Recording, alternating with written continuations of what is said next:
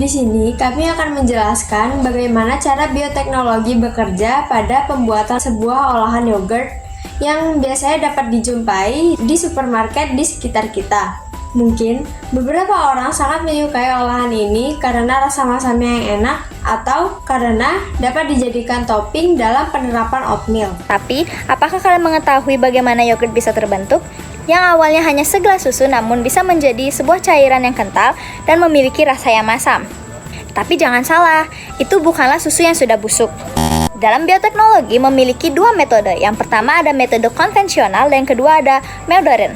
Dalam metode konvensional masih menggunakan teknik yang tradisional. Salah satunya adalah fermentasi. Pasti banyak orang yang tidak asing mendengar kata fermentasi, bukan? Yang terlintas di otak kita pastilah berbahan dasar susu, singkong, ataupun bahan dasar lainnya. Untuk di video kali ini, kami akan membahas bagaimana mengolah suatu produk menggunakan proses bioteknologi, khususnya dalam teknik fermentasi. Bagaimana sebuah bakteri akan bereaksi pada suatu benda jika dicampur bersama sampai reaksi kimia apa saja yang akan terjadi di dalam proses fermentasi ini.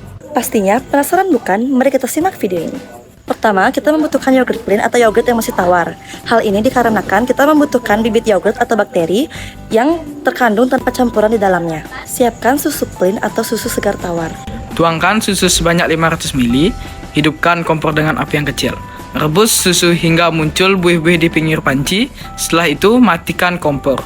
Nah, lalu pindahkan susu sebanyak 2 sendok sayur ke dalam mangkok. Diamkan susu hingga sehangat kuku.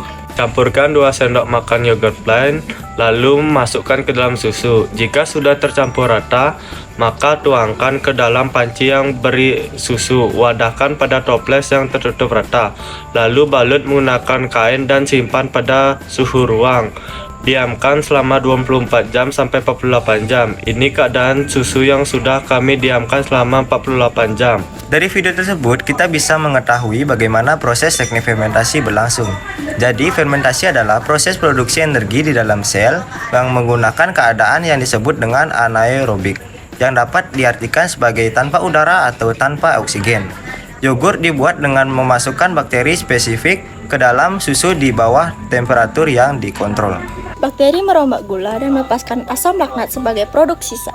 Keasaman meningkat dapat membuat protein susu meningkat. Keasaman yang meningkat menjadi pH 4-5. Reaksi fermentasi dapat menjadi berbeda-beda tergantung pada gula yang kita gunakan dan produk yang kita hasilkan. Secara singkat, glukosa atau C6H1206 yang merupakan gula paling sederhana melalui fermentasi akan menghasilkan etanol.